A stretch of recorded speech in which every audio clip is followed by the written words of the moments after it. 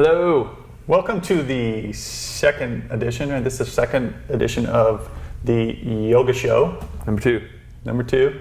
I'm John Yaks, this is Chris Yaks. We're not interviewing anyone yet, but except ourselves. I'm going to interview him. Yeah, Chris is going to interview me. I think I interviewed you last time. Well, I was talking and then you just started asking me questions. Yeah, that's kind of how it went. So the question I have for you today is, and I imagine it changed over time, but why do you practice yoga? Why do I practice yoga? I practice yoga so... No, then it's this. Initially, why did you practice yoga? I initially practiced yoga because it was an exploration into healing my body through martial arts. We were banging away doing crazy practices. We would do 2 practices, martial arts practices a day. It was usually some Jeet Kune Do concepts practice and then a BJJ class. And then we would teach a class at night and end up practicing with our students. So we were doing 2 to 3 a day, and we were injured all the time. And so I thought yoga would be a good way of balancing that out. Did it work? Yeah, it worked. It was powerful. Like injuries cut down. My focus was better. It was really a good balance. And what ended up happening is I started craving doing the yoga practice more and more, and I started implementing that, and it turned into 2 martial arts practices a day and a yoga practice a day, and started balancing it out more. So. And what was the thing though? Because you started, and obviously it was working, meaning that your body was healing itself, and you were finding the benefit in martial arts. What was the pivot point where you realized, oh yeah, there's more to it than just healing the body, or was there that? What was that transition like? It was probably experiencing Shavasana multiple times. In the beginning, you lay down at the very end of class, or Shavasana obviously is the very finishing of class, where you're lying and the teacher's talking you through kind of mindful experience. And after doing that a few times, I started glimpsing so our Father and what He expressed as intense clarity, enlightenment, this altered state of consciousness. I started glimpsing that, and it very quickly connected for me with all of the teachings growing up, and all of what our Father described as our birthright, as our a state that that's naturally part of us all the time, that we've just forgotten, and so we get caught up in this mind chatter, and so Shavasana, I started glimpsing that and started experiencing that, and that was the juice for me. I was like, okay, I need to do this more and more, and so I didn't like the practice as much because I was used to martial arts and moving and doing stuff, and then. You'd rather me punch you in the face? I'd rather you punch me in the face. And then in the yoga practice was we need to try to cultivate stillness and body mastery. So for the beginning of my practice, I was like, I'm going to get through this yoga practice, this asana practice, for Shavasana, because I'm going to experience that. Mm-hmm. And with time, it got me. The physical practice I started enjoying more and more, and Shavasana's never lost that feeling that I started cultivating with it. So even to this day, I still feel the same way in Shavasana. So is that now? Do you practice now for Shavasana in the same way that you did then? Yes, and I also practice for the actual physical practice now. Because I know the physical benefit of just being able to move the body and taking the body through its full range of motion, developing strength in all of these different angles of the body, and really cultivating mastery of movement and mastery over the physical is a high priority for me, and it's what the yoga asana gives us. And I still crave Shavasana, but since my beginning practice, I've cultivated meditation practice, so I can get those experiences that I got before just in Shavasana. I can get those in sitting practices, and even get those during the day when I pay attention.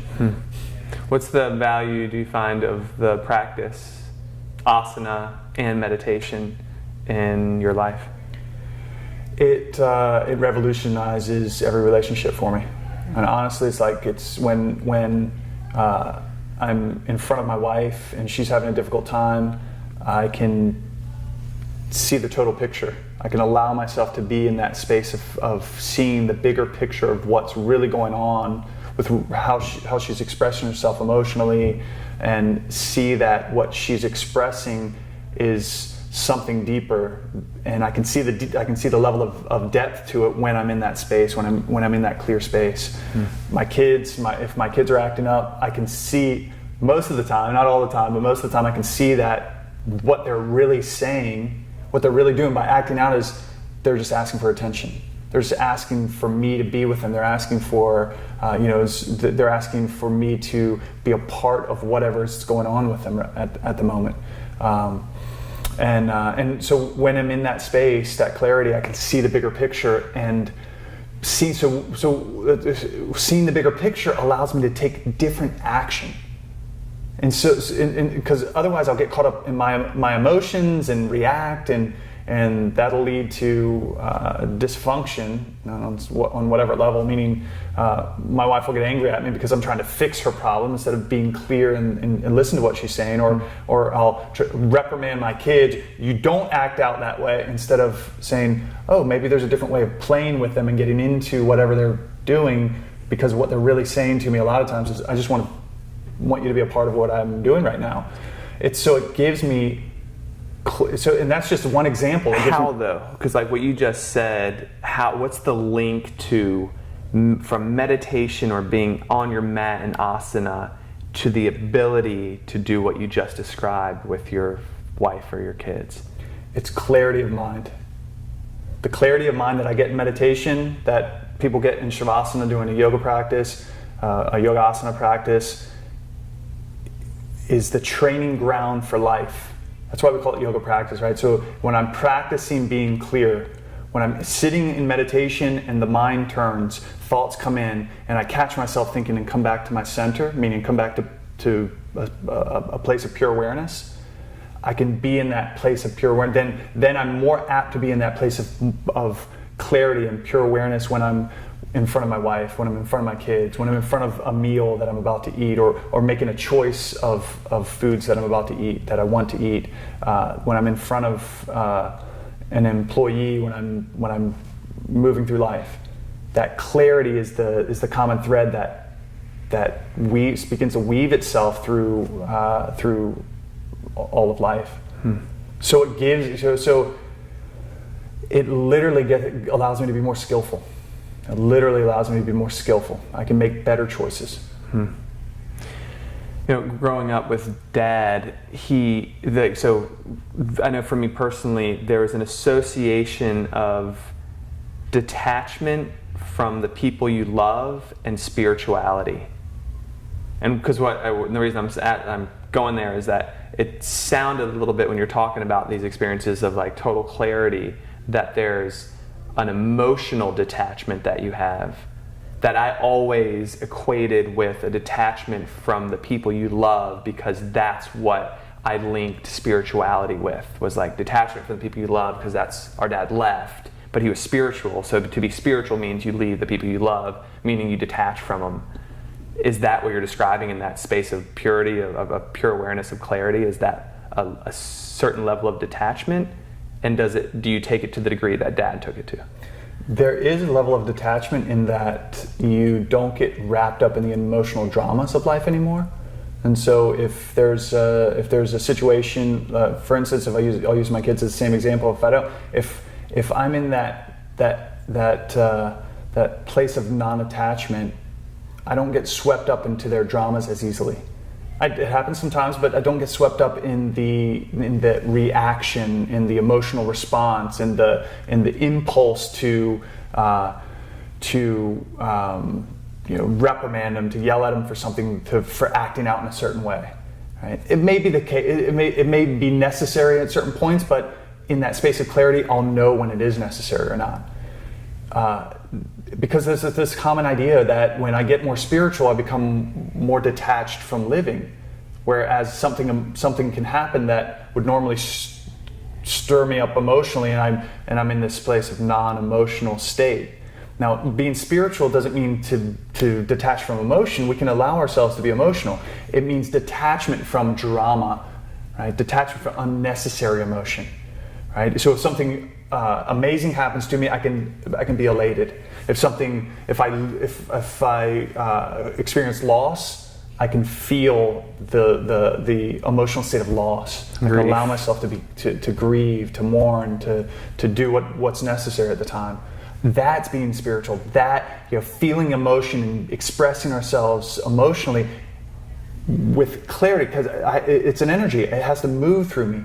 I have to let it filter through me, decide how I want to be with it, and then let it process, and then let it out.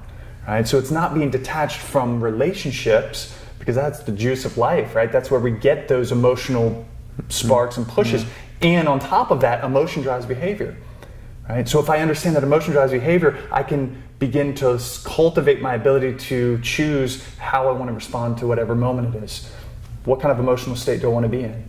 Because that's going to have a direct effect on the actions I take. So it's not detaching from relationships, it's actually being more involved, more into it, but with better skill. It's counterintuitive. For me personally, I imagine for you too, because we were raised in the same household. Simply because there's always a misconception of like, okay, how do I distinguish feeling and emotion that's inappropriate, meaning it's drama that doesn't serve me in any way, shape, or form, versus emotion.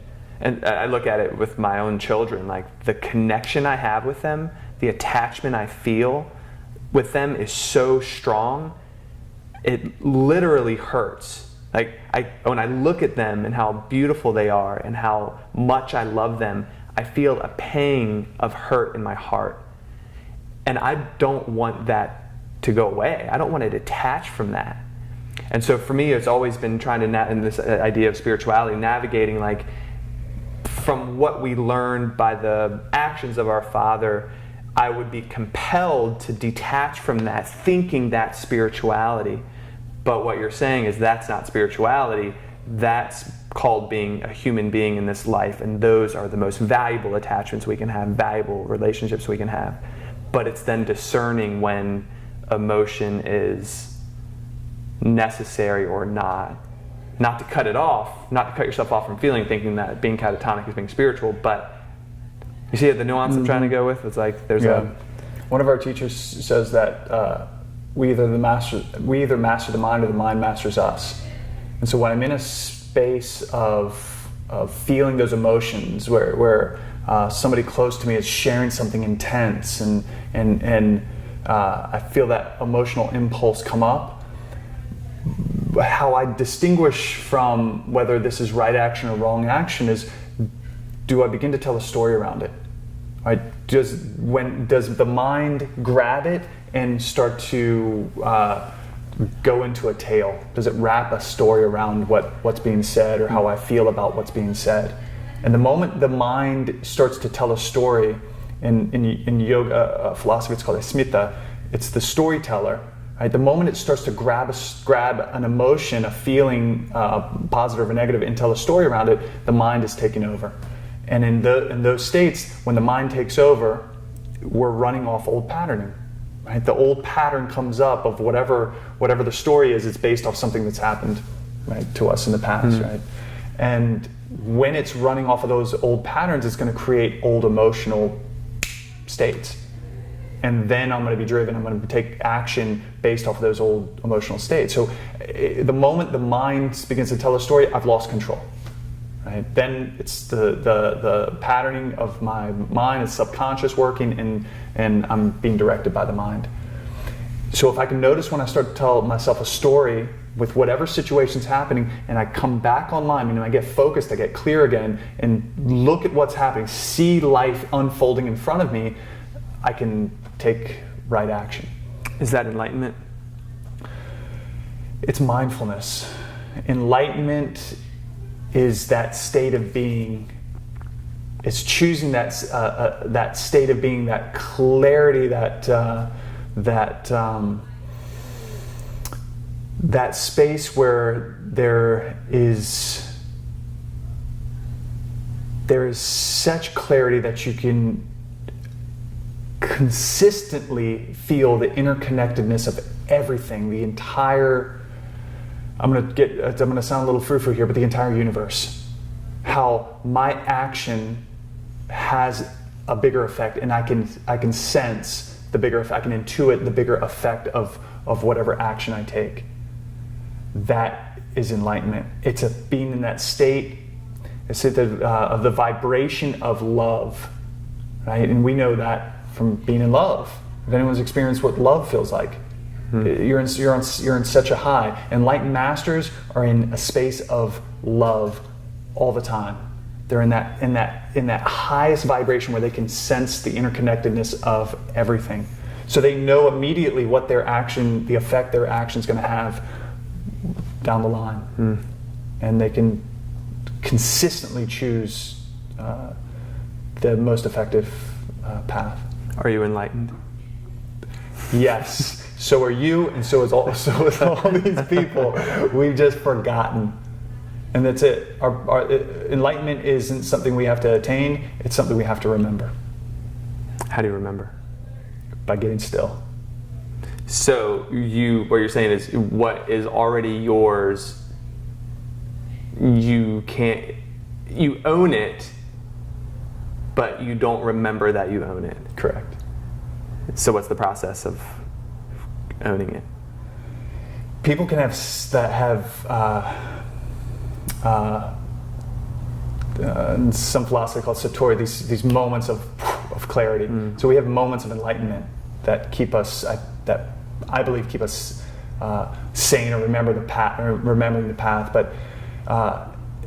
But otherwise, and a lot of times when you have those moments, those peak experiences, which could also be done through specific breathing exercise and pranayama techniques, or even some people access it through drugs. But when you glimpse, so you peek through the veil, if it's not done through a consistent practice, you can't stay there.